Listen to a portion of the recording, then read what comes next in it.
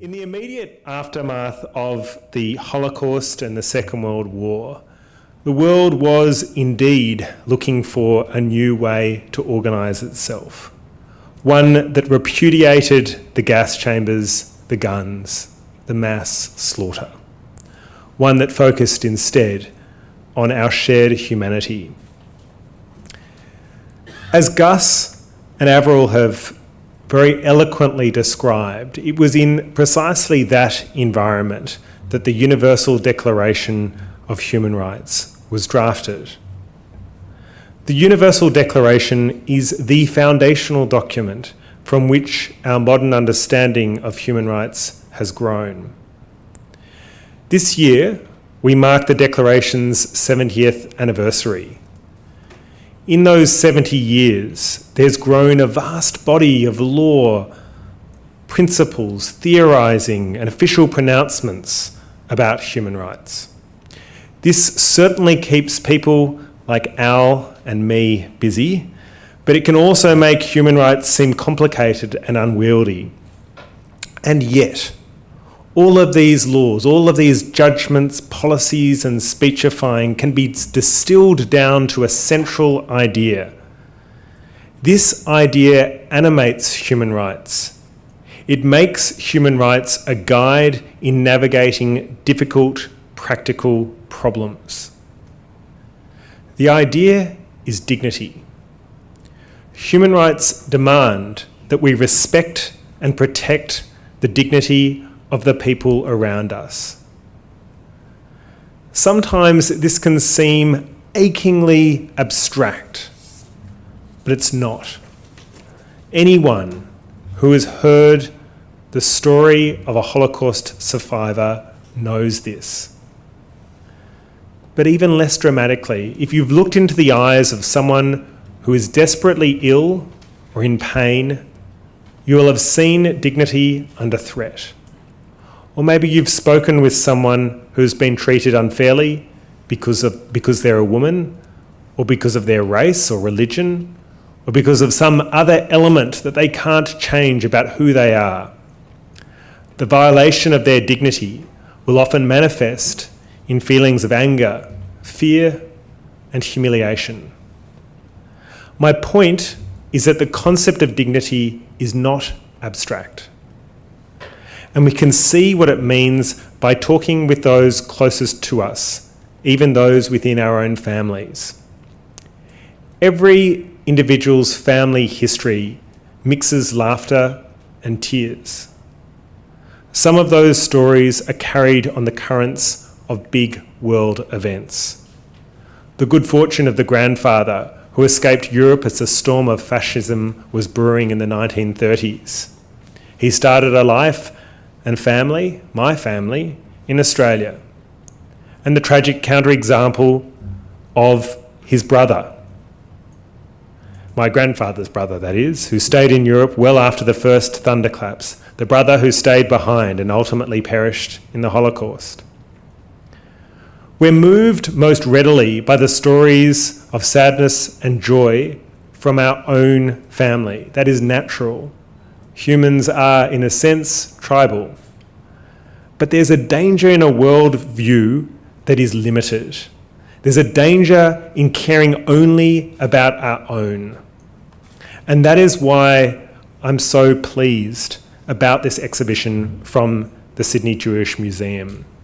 It helps us to look beyond our family, both in a literal and a metaphorical sense.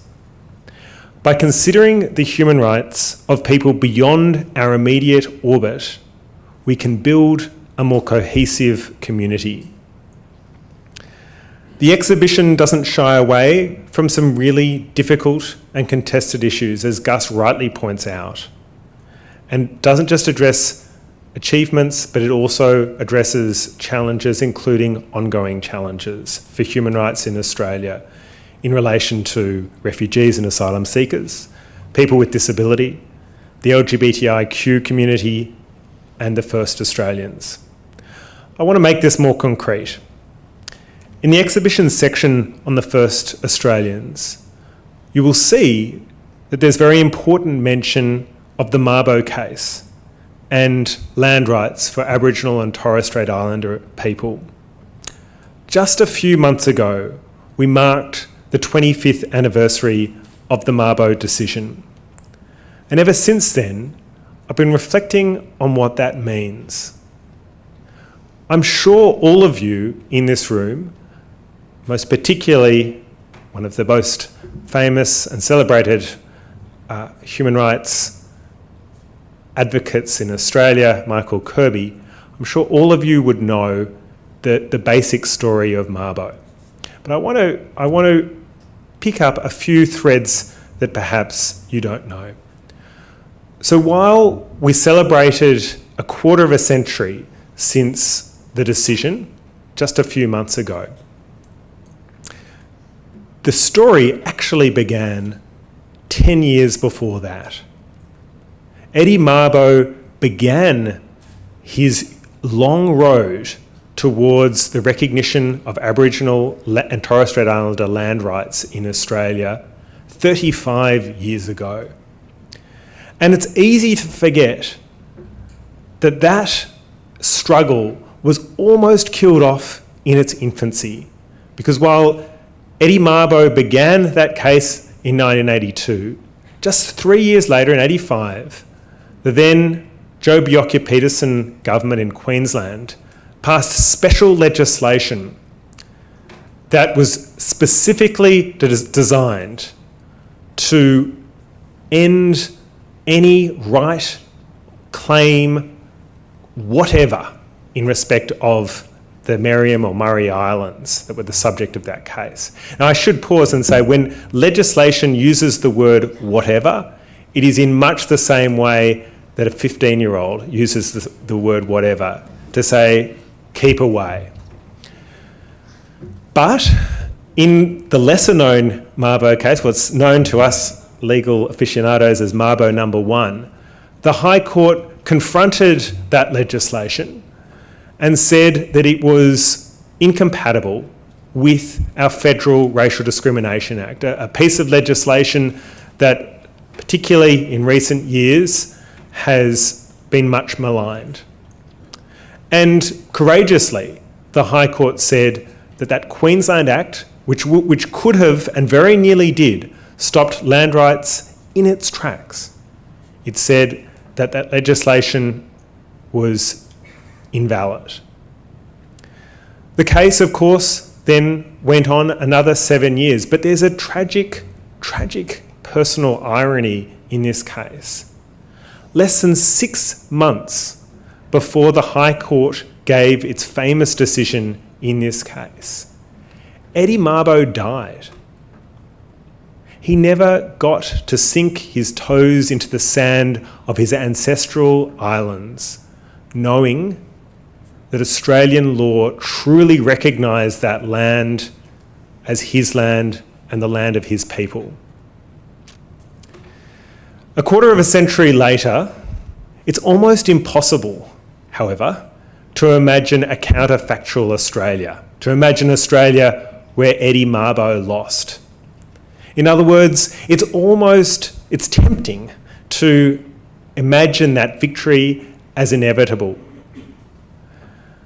And whenever I hear that, while I find that beguiling, I also get really worried, because there are two major problems with this notion of inevitability when it comes to the protection of basic human rights. The first is that you can only truly and convincingly claim something was inevitable after it has occurred. And it's very easy to come up with examples of things that we thought were inevitable until suddenly they were not. If we were having this conversation just less than 18 months ago, I would say that I and most of the people in this room would have said that it was inevitable that we would be welcoming the first female US President, Hillary Clinton, into the White House. And of course, that wasn't to be. Or to choose a quirk from Australia's history.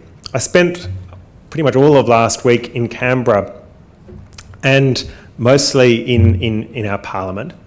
And you'll have noticed in Parliament House, that there are 8 avenues that radiate out from that central parliamentary circle.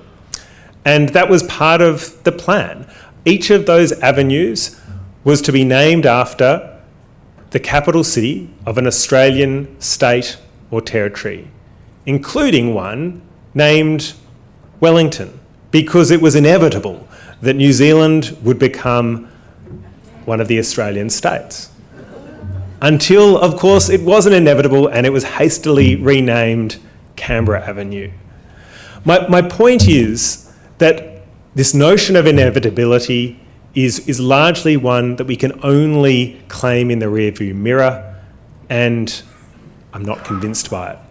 The second problem about inevitability, particularly in respect of human rights and social change, is that it seems ahistorical. It seems completely at odds with what we see throughout this museum, and especially in the new human rights exhibition. What I'm trying to say is that the status quo grips hard. The experience throughout history is that much more commonly doing nothing and waiting for that inevitable day of human rights realisation to come generally produces nothing, generally produces no change. Instead, the history of social change and the protection of human rights is genuinely one of contestation, of struggle, and of finding common cause. When you look at some of the recent victories in human rights in Australia, when you look at the recent legislation making marriage equality part of Australian law, no one involved in that campaign, in that advocacy, would have said that it was easy, and they certainly, even hours before the vote, would not have said that it was inevitable. So when I looked through the human rights exhibition, I reflected on the fact that change, that the protection of human rights may not be inevitable, but it can happen, that for every challenge, for every violation, there is hope for an achievement, for a triumph.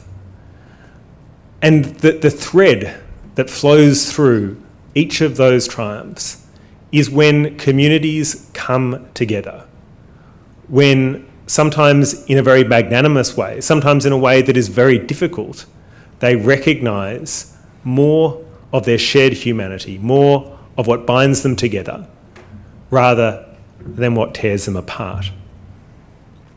This exhibition is the result of a wonderful collaboration between the museum itself, the University of Sydney, and the Australian Research Council. In addition to Avril, Jennifer, and Aviva, who I mentioned at the start, I also want to pay tribute to the important contributions of many, many others, but especially Professor Dirk Moses, Jisuk Han, and Sarah Hyde. That this exhibition has so many parents reflects, I think, something important. That human rights cannot be a marginal issue. It can't be something we care about only as small subsets of the broader Australian community. By caring about the human rights of others, about their particular experiences and struggles, we become more outward-looking. Undoubtedly, there's some enlightened self-interest in this, because this encourages others to care about us. When we are ourselves at our most vulnerable, it can be remembered that we cared about others when they were vulnerable. But it is also a good in itself. I congratulate the Sydney Jewish Museum the University of Sydney, and all who worked on creating this exhibition. Thank you.